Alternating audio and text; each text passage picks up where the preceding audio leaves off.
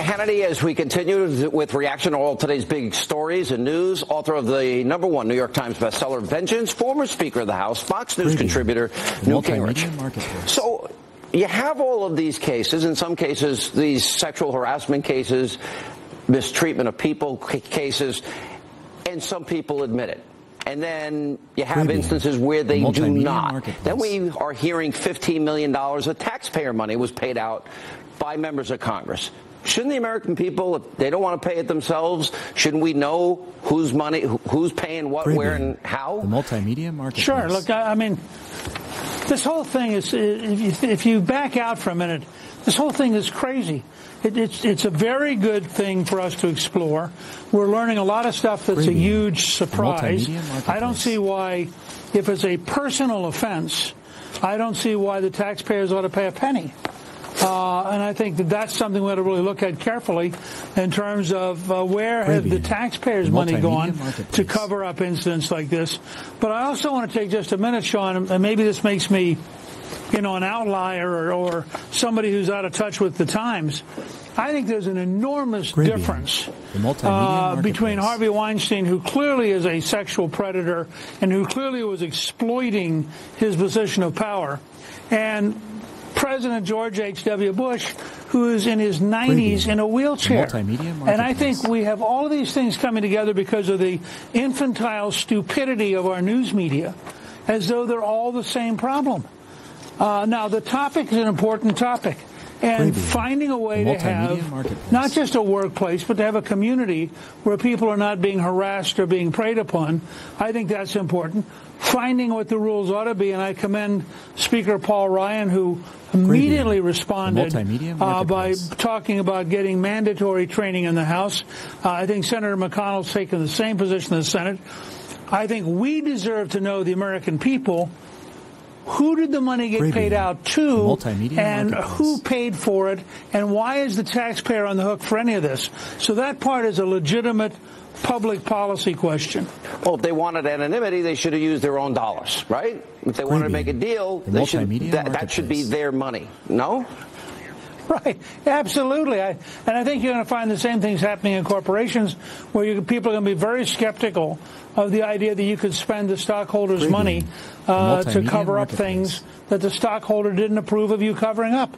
But I also think, I think what we've suddenly done is we have unearthed a lot more bad behavior and a lot more destructive behavior than anybody, certainly than I would have thought was going to happen, including some very positive people who I'm actually shocked to see showing up in some of these attacks. What about the cases where there's no clear line, there's no Al Franken picture, and you don't know for sure?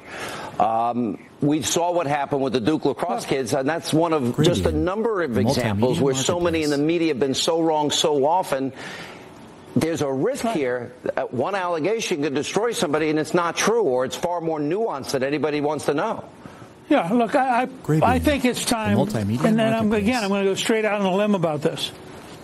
We've had a very long tradition in America, going all the way back to the Boston Massacre in the 1770s, that you are innocent until proven guilty, and that you have the right of a presumption of innocence.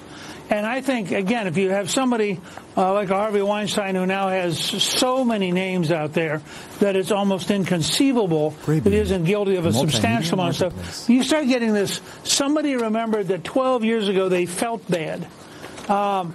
Boy, I don't understand the standard that goes into that. And then how do you prove what really happened? And how do you prove whether or not somebody really meant to do something negative?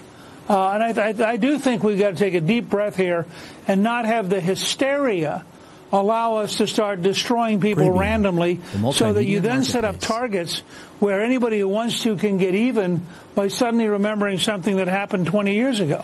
It gets hard, too, when there's politics in the equation, where, Clarence Thomas would be a case in point. Last-minute allegations thrown out there on the eve of a Senate hearing or on the eve of an election in October surprise George W. Bush, the weekend before that election with Al Gore, the DUI came out.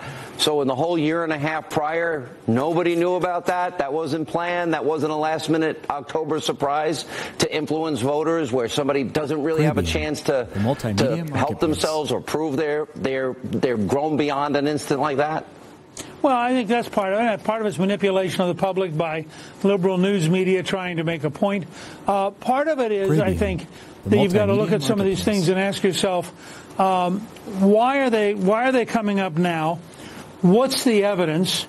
And again, if it was it a situation that in fact was basically innocent, but is now subject to misinterpretation? When I see people who weren't particularly offended 10 or 12 or 15 years ago, but suddenly there's now this hysteria, and so they decide they're going to join the lynch mob, and they got their story to tell. I just think we as a country ought to take a deep breath and think carefully. And again, I say this, whether it's about my wife, my two daughters, my granddaughter, for that matter, my grandson, because remember, you have many instances now of sexual harassment that involves men as well as women. So I think all of us want to protect the innocent, but we also have to remember that the innocent may be on both sides of that equation, and it's not automatically clear that a charge is the same as a conviction.